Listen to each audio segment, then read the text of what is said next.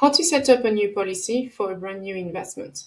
In this scenario, I'm going to take a look at an existing client of mine.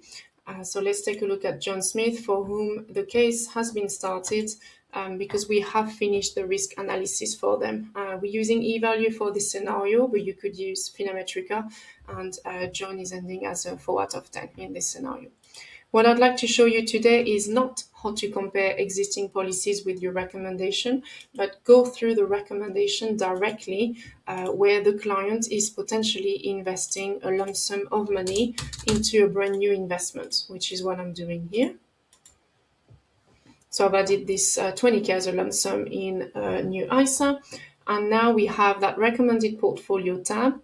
And what I definitely need to do here for this investment is tell Fintegrate how to invest the money. So I'll click on Manage the Investment, which will direct me to a brand new page. This page, you will be able to select funds manually, multi-asset funds, for example, or create a custom portfolio if you could do a bulk import to save you time.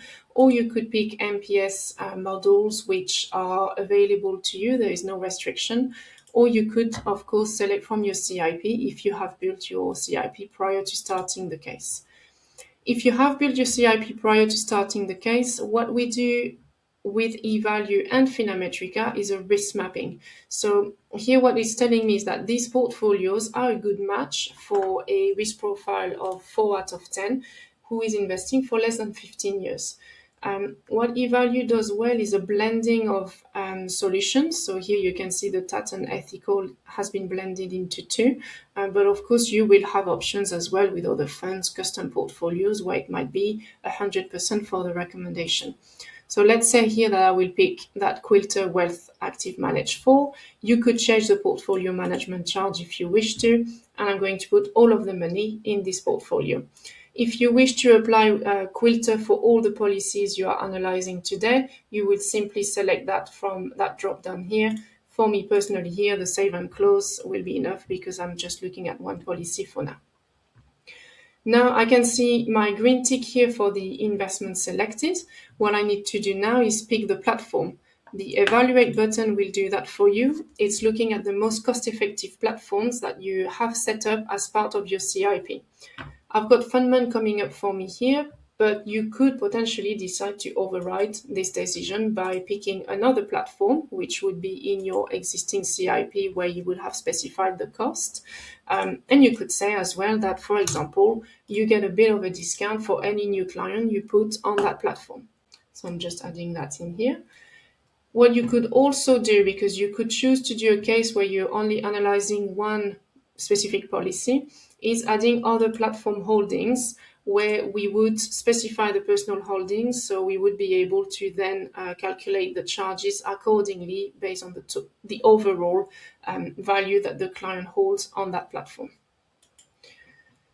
What you can do as well from here is potentially add contributions or withdrawals. So for example, if I click on money in, I will see the initial lump sum I've set up, but you could potentially say that the client is also contributing £500 every month going forward for this ISA.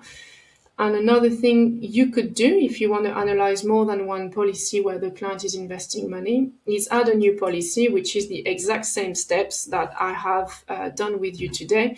If John Smith had a spouse, we could potentially get the spouse to invest 20K into their ISA or any other investment option that is available. Once this is all done here, you are then moving on to the results where we take a look at the risk, where we take a look now at the charges for all our platforms, the portfolio management, etc. And in this scenario, we're looking at comparing our investment against cash. So I've selected the cash from the benchmarks that we make available to you. You've got many other options to select from here, such as the IS sector, inflation, etc. For today, comparing it against cash is a good idea. So the client understands that we are investing for the long term, and yes, volatility has been part of that portfolio. You could also look at changing the investment horizon, the period here, and be quite granular in there. And everything else is going to show you a little bit more details about the performance tables in here, along with max drawdown and max gain. As you keep scrolling down, we're offering you with more information, such as a scatter chart and the breakdown by asset class, sector, country, and regional.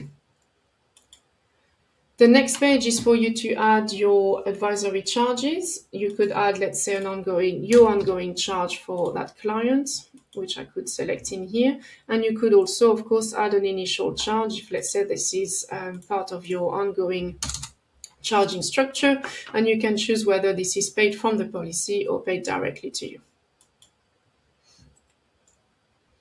Once these charges have been added, you are then provided with a lovely graph. So for the client, it's really easy for them to visualize how much they are spending in charges in that case.